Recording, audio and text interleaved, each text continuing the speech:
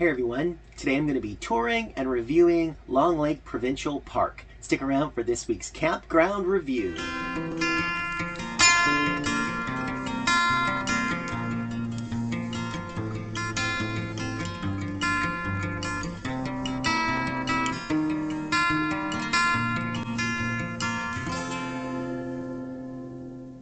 Hi, my name is Dan and welcome to DC Outdoors. If this is your first time here and you like outdoor adventure videos, gear reviews, and other outdoor related stuff, well, please get started by clicking the like, subscribe, and bell notification button so you don't miss anything. Well, let's get on with this week's campground review.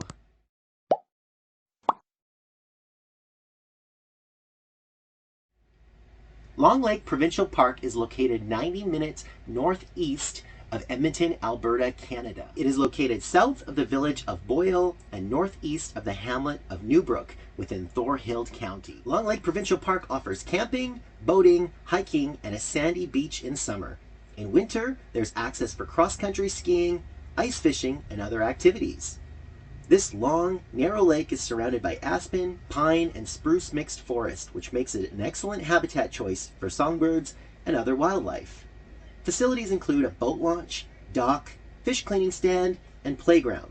A concession, laundry, and grocery store are also located in the day use area. A farmer's market runs in the area during select Saturdays from 11 a.m. to 2 p.m. White Earth Natural Area borders the south end of the provincial park and offers a 17-kilometer trail with rich habitat and abundant wildlife. The park offers a total of 220 campsites, including 69 unserviced sites for $31 a night, 145 power sites for $39 a night, and 6 walk-in tenting sites for $31 a night. These rates are for the May 18th to October 10th season and are inclusive of the 2023 rates. The sites are broken into 6 campgrounds. Camp A offers 15 amp power, Camp B, no power, Camp C, a combination of 15 and 30 amp power, Camp D, 15 and 30 amp power, Camp E, 30 amp power, and Camp F, 30 amp power. Other conveniences include showers, flush toilets, and readily accessible garbage and recycle cans.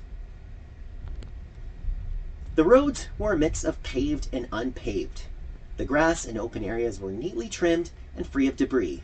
The park was frequented by both Alberta Parks and Fish and Wildlife staff, keeping the rules in force. Overall, a few tips to consider. When we first got into the campground, we drove right past the Sandy Dump Station, which is also your only location to fill up your RV with potable water.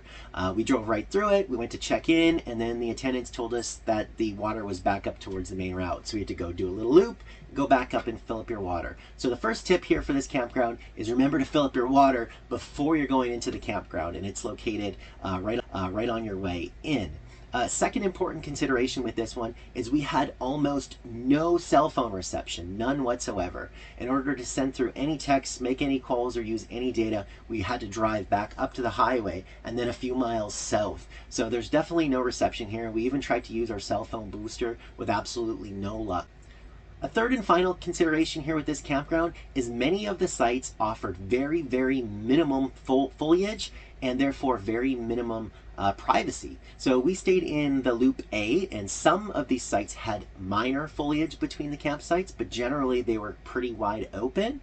I noticed that the B Loop, which is the one with no power, that one had really great cover of some really mature trees, but that one's quite bushy. The roads were pretty rough, and overall, like I said, there was no power. So B would be suitable for tenters or small rigs where you don't mind driving in there, and you can use generators, I suppose, but the B Loop, although it's private, doesn't offer any amenities and definitely won't fit any of your larger trailers or tow behinds.